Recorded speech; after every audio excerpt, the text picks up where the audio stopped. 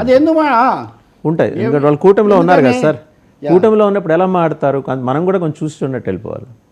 Okay 14 ఇప్పుడు ఏమైంది ఇంకొక పెద్ద హైజాక్ ఏమవుతుంది, అదానీ విద్యుత్తు వేల కోట్ల రూపాయలు అదే సమస్య. ఒక్కసారిగా అదానీ లేదు, ఇప్పుడు అదానీ పతాక శీర్షికల నుంచి అదృశ్యం అయిపోయాడు. బాటమ్ స్ప్రెడ్ లోంచి కూడా వెళ్ళిపోయి లోపల లేడు ఇప్పుడు. అదానీ లేడు ఇప్పుడు, కేవలం కేవీ రావు వర్సెస్ ఇది. కాబట్టి ఇవి నేను ప్రైవేట్ ఇంట్రెస్ట్లను తప్పకుండా కాపాడండి. కానీ ఇప్పుడు లగచర్ల బాధితుడో లేకపోతే గంగవరం మత్స్యకారునో చూసినట్టుగా ఈ కార్పొరేట్ బాధితులను చూడాల్సినంత అవసరం లేదు. వాళ్ళకు అడ్వకేట్లను పెట్టుకుంటారు, వాళ్ళు ఎన్సీఎల్టీకి వెళ్తారు. తప్పకుండా ఇన్ని సంవత్సరాలు ఊరుకున్నారు. ఇంకోటి కూడా ఎందుకు ఊరుకున్నారు, ఎవరినైనా ఒత్తిడి పెట్టారు, బ్లాక్మెయిల్ చేశారంటే దానికి అర్థం అక్కడ ఏవో కొన్ని ఉండాలి, అంతే కదా, కొన్ని రహస్యాలు. ఆ రహస్యం ఏంటంటే deep sea port, anchorage port ఈ మధ్యలో ఆ వస్తున్న ఆదాయంలో అప్పుడు ఇప్పుడు కూడా బోత్ చంద్రబాబు హయాంలో, ఇప్పుడు మళ్ళీ జగన్ హయాం ముగిసిన జగన్ హయాంలో కూడా 80% యజమానులు తీసుకుంటున్నారు, 20% ప్రభుత్వానికి 22 పైసలు. కానీ యాంకరేజ్ పోర్ట్ కట్టింది ప్రభుత్వ ఖర్చుతో. రైట్. కాబట్టి ఈ విషయాలు ఏం చెప్పకుండా మన మీడియా మిత్రులు కానీ వాళ్ళ కోణాల్లో నుంచి ఇదేదో KV Rao company versus Aurobindo company, వాళ్ళు కార్పొరేట్ యుద్ధాలు వాళ్ళకు వదిలేయండి. వాణిజ్య రాజకీయ సంగ్రామాలు టీడీపీ, జనసేన, వైసీపీ వాళ్ళకు వదిలేయండి. పబ్లిక్ యాంగిల్లో రేవుని కాపాడండి, బియ్యాన్ని కాపాడండి, నిజాలు పూర్తిగా తేల్చండి, దోషులను బయట. సార్ 2 అంశాలు సార్ ఇక్కడ మీరు చెప్పిన దాన్ని బట్టి. కస్టమ్స్ యాక్ట్ ప్రకారం I have gone through that. Basmati బియ్యం, బాసుమతీయేతర బియ్యం రెండే ఉన్నాయి వాళ్ళకి ఇచ్చినవి రెండే. బాసుమతి బియ్యాన్ని ఏది ఎక్స్పోర్ట్ చేయడానికి అనుమతించరు వాళ్ళు. బాసుమతీయేతర బియ్యం వస్తే వాళ్ళకి సంబంధం లేదు, తోసేస్తారు. చట్టం ఎవరు చేయాలి? 124 మంది మంచి కండలు తిరిగిన యోధులు మన ఏపీ అసెంబ్లీలో ఉన్నారు, వాళ్ళు చేయాలి. ఏమని?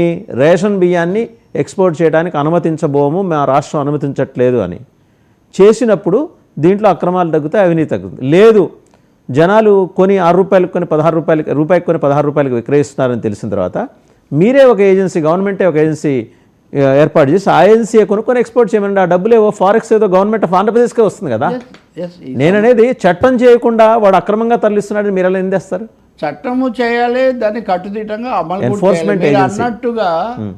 ఈ రేషన్ బియ్యం మాఫియా అనేది ఒకటి ఉంది, అది ఎప్పటి నుంచో నడుస్తుంది.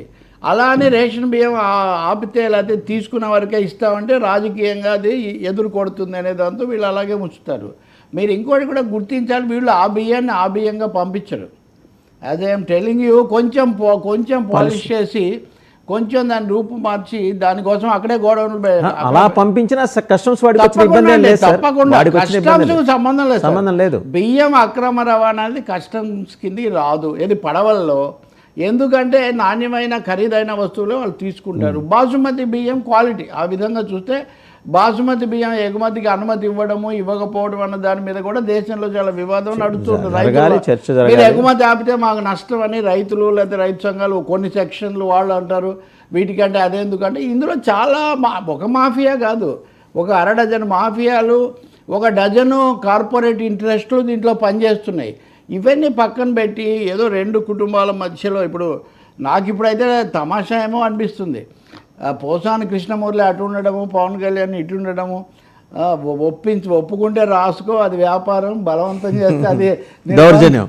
మళ్ళీ ఆయన ఒక విధంగా మాటిగా ఆయన ఏసునాథ అనడం, మరి ఇవన్నీ అంటే అప్పటికి ఇంకా ఈ పరిస్థితులు లేవు. కానీ అంటే త్రివిక్రమ్ శ్రీనివాస్ భవిష్యత్ దర్శనం చేసుకున్నాడు, జరుగుతాయని ఊహించి రాశాడు. ఉండాలి. మీరు ఎవరైనా ఓపిక ఉంటే మనం ఆ రెండింటిని కూడా పెట్టి చూసుకోవాలి. దాంట్లో కూడా అదే రెండో సినిమాకి వచ్చేసరికి అచ్చంగా దేవులేదు. అంటే సరే సినిమాలు పక్కన పెడదామండి. మీరు రేషన్ విషయము, రేషన్ బియ్యం ఎలా దారి మళ్ళీ ఇన్ని ప్రభుత్వాలు ఉన్నప్పుడు ఏం జరిగింది, ఎప్పటికప్పుడు రికార్డ్స్ ఉంటాయి కదా, ఎవరున్నా ఏదో ఒక రికార్డ్ రైటో రాంగో ఉండాలి కదా. కాబట్టి ఆడిట్ రిపోర్ట్ తారుమారు చేసి ఒత్తిడి చేసి కేవీరావు గారితో రాయించుకున్నారు. ఎవరు అలా రాయించుకున్నా పొరపాటే ఆ సినిమాలో లాగా. కానీ ఏ ఆడిట్ రిపోర్టు వాటి ఆధారంగా డబ్బులు కట్టలేదు కాబట్టి కట్టాల్సి వస్తుందని కట్టాల్సిన అవసరం ఉందా లేదా? అంటే సిఐడి కొందరు అంటుంటే ఆ తర్వాత వీళ్ళు కట్టారా? ఇప్పుడు ఆయన కట్టట్లేదనే దాన్ని ఆధారం చేసుకొని వీళ్ళు తీసుకున్నారు, వీళ్ళు కట్టారు. ఇప్పుడు గల్లంతా అయింది ప్రజల డబ్బే కదా. డబ్బు. అండ్ ఇంకొకటి నేషనల్ మీడియా ఎక్కువ ఫోకస్ చేసి రాసిన అంశం ఏంటంటే నేషనల్ మీడియాకి పెద్ద నేషనల్ మీడియా రాసిందండి. ఏమని రాసింది? బోత్ సోషల్ మీడియాలోను మెయిన్ స్ట్రీమ్ మీడియాలో కూడా ఒక సామాన్య సినిమా థియేటర్ యజమాని అన్ని వేల కోట్లకి ఎలా పడగెత్తాడు. జగన్మోహన్ రెడ్డి అరాచకాలు, దుర్మార్గాలు, అరాచకాలు, దౌర్జన్యాలు, ఈ వాటినాట అత్యాచారాలు బోల్డన్ ఉన్నాయి జగన్మోహన్ రెడ్డికి సంబంధించిన విశేషణాలు. ఆయన ఆల్రెడీ తాడి చెట్టు కింద నుంచున్నాడు కాబట్టి ఆయన మీద ఎన్నైనా వేసేయచ్చు. బట్ ఒక థియేటర్ యజమాని ఒక పోర్ట్ ఎలా కొనగలిగాడు, లేదా పోర్ట్లో మేజర్ వాటా, ఇది నేషనల్ మీడియా రాసింది, మన మీడియా రాయాల. Okay, that I know. నేను ఇంకా కేవీ రావు ఆయన పూర్వపరాల మీద కంటే ఐ మోర్ సిఐడి ప్రోబ్ చేయాలి అని అలాంటివి రాశారు. ఇప్పుడు సిఐడి దర్యాప్తు చేసేటప్పుడు A to Z చేస్తే చాలా మంచిది అన్న నేను అంటుంది. అందుకే వైఎస్ రాజశేఖర రెడ్డి దగ్గర నుంచి ఎన్డీఏ పవన్ కళ్యాణ్ అక్కడ పడవలో ఆ షాట్ వరకు. ఎందుకంటే ఈ దశలో ఉద్యమాలు చాలా జరిగాయి. యూపీఏ ప్రభుత్వంలో కేంద్రంలో శాసనం తెచ్చినప్పుడు కాకినాడ సెజ్ ప్రత్యేకించి అప్పుడు ఏం చెప్పారు తెలుసా వాసుదేవన్, ఇక్కడ ఓఎన్జీసీ ఏదో పెడుతుంది, పబ్లిక్ సెక్టార్లో చాలా ఉద్యోగాలు వస్తాయని నమ్మిన వాళ్ళు కొంతమంది. ఓఎన్జీసీ కదా మనం ఏం చేయగలిగింది లేదు, కేంద్ర ప్రభుత్వం అని భూములు ఇచ్చిన వాళ్ళు కొంతమంది, నిస్సహాయంగా మీరు ఇవ్వకపోయినా కానీ మేము చేయగలిగింది ఏమీ లేదు అన్న వాళ్ళు అసలు వాళ్ళు చర్చలోకి రావట్లేదండి ఇక్కడ. అదంతా కేవీ రావు లేదా అరవిందో వాళ్ళ సొంత ఇదే అయినట్టు, వాళ్ళది వాళ్ళ మధ్య బేరం కాదండి. Stakeholders are public mass farmers, నిజం చెప్పాలంటే ఫార్మర్స్. అందుకనే బన్నీ అంతకుముందు సినిమా తీసాడు కదా, వాళ్ళ పోలవరం పునరావాసం ఇలాంటి, అంతకుముందు వెంకీ తీసాడు, శ్రీను, ఇట్లా భూములు మార్పులు ఇట్లాంటి సమస్యలన్నీ. కాబట్టి దీన్ని సమగ్రంగా చూడండి, తప్పకుండా లోతుపాతులు తేల్చండి, దోషులు ఎవరైనా పట్టుకోండి. కానీ మంత్రివర్గం ఎందుకు దాన్ని దాటేసిందో మటుకు నాకు అర్థం కాదు. ఎందుకంటే నిన్న పార్థసారథి గారు చెప్పేటప్పుడు నేను చాలా ఓపికగా ఏం చెప్తారు, ఫస్ట్ అదే చెప్పాలి కదా. 4 రోజుల నుంచి ఇంకా అదానీని ఏం చేశారు, అదానీని ఎక్కడికి పంపించారు ఈ మధ్యలో?